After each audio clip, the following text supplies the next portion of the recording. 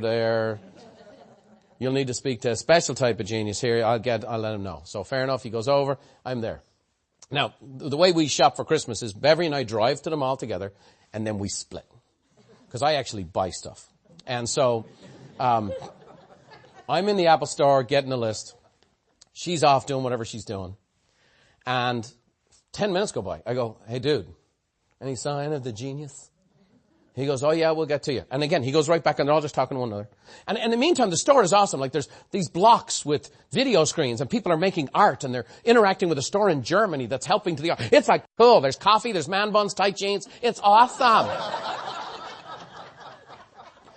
20 minutes go by. I walk up to him. I go, dude.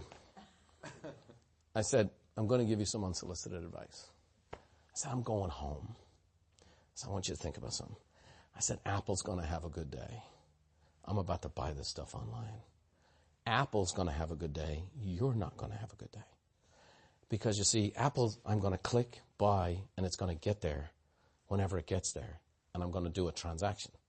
I came here because I was hoping someone would serve me and show me what the heck I needed to do or if I had the right stuff. I said, you're in retail. I know you work for Apple, but you're in retail. You're about to have a bad day. Apple's going to have a good day. That's about to happen in the real estate business too. Let me give you this. And this may sound too Machiavellian. Let me tell you, if a realtor service sucks, they don't deserve to be around. If a real estate service sucks, they don't deserve to make 29 grand or more. And I know that's hard, but this is big boy, big girl conversation today. Are you guys with me?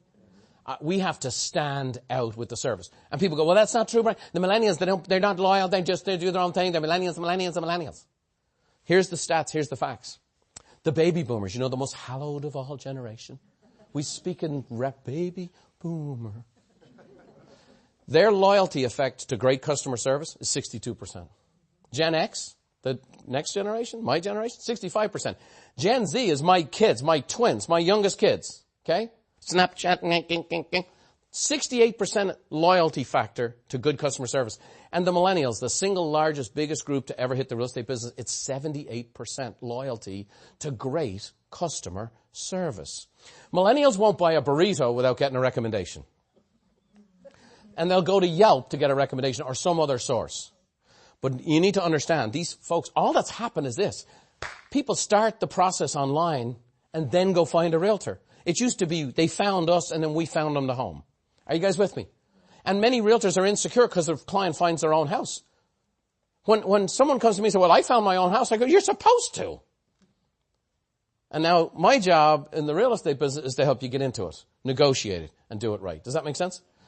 Couple of modules to really up the service. And that's why this is cutting edge stuff. And I'm very excited about this. On the buyer side, the number one issue agents are having is how to lock in the loyalty with a buyer.